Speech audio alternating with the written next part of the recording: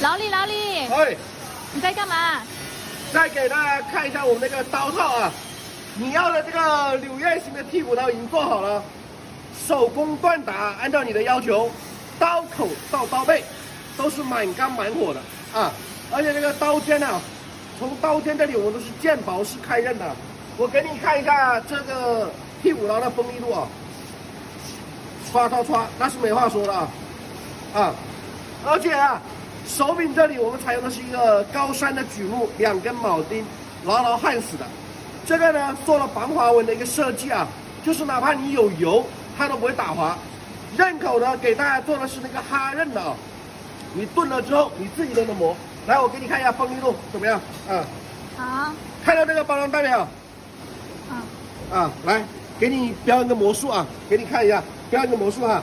来，准备哦，3、2、1，